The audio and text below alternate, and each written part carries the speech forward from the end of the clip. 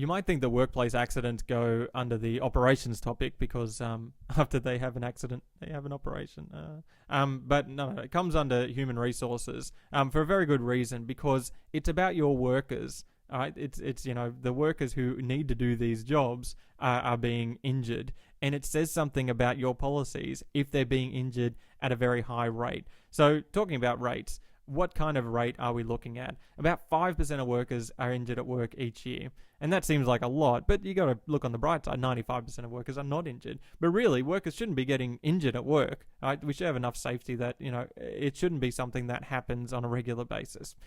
You can't just compare it to 5% though. You can't say, look, 5% is a good rate, because if you're, like in a law firm, you shouldn't have any injuries, right? What are you doing that is causing injuries? And most likely it's going to be like the photocopier or something like that, like electrocution. But you really shouldn't be having a very high rate of injuries. So what kind of industries have a high rate of injury? Well, laborers are going to have a higher rate. Machinery operators getting fingers and things caught in machines. Tradies are going to have a higher rate. And you need to know that young males, 15 to 24-year-old males, they have an injury rate of about 10% a year. About 10% of them get injured every single year. There are also industries where you're going to have a lower rate on average. So, admin workers are going to have lower rates.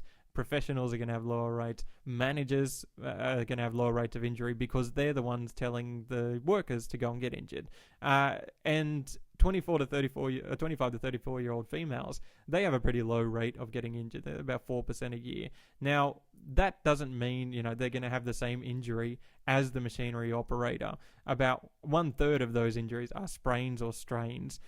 So, we're not talking things that are incredibly serious. And I know that you might go, oh no, but my auntie had this strain. Yeah. But they're usually not serious, and they're generally avoidable, which is the problem. That is the problem there, that they're generally avoidable if you have the right training and things like that. What does it cost? About 1.5% of workers make a workers' compensation claim each year. And workers' compensation claims for a business are terrible. You might look from the perspective of a worker where you get paid because you got hurt at work. Some people might look to get hurt at work so they can get this workers' compensation claim, or pretend they got hurt at work. They take an average of 4 weeks off. There's an average $7,000 payment, and sometimes it can be a lot more if there's disability, things like that. But most of all, there's bad publicity for the business if it keeps happening. If workers keep getting hurt at that business, it's going to be bad for business. You're not going to be able to get the workers that you want, because they're going to go, oh no, you don't have good safety standards and all that. You don't take care of your employees, so I'm not going to work for you.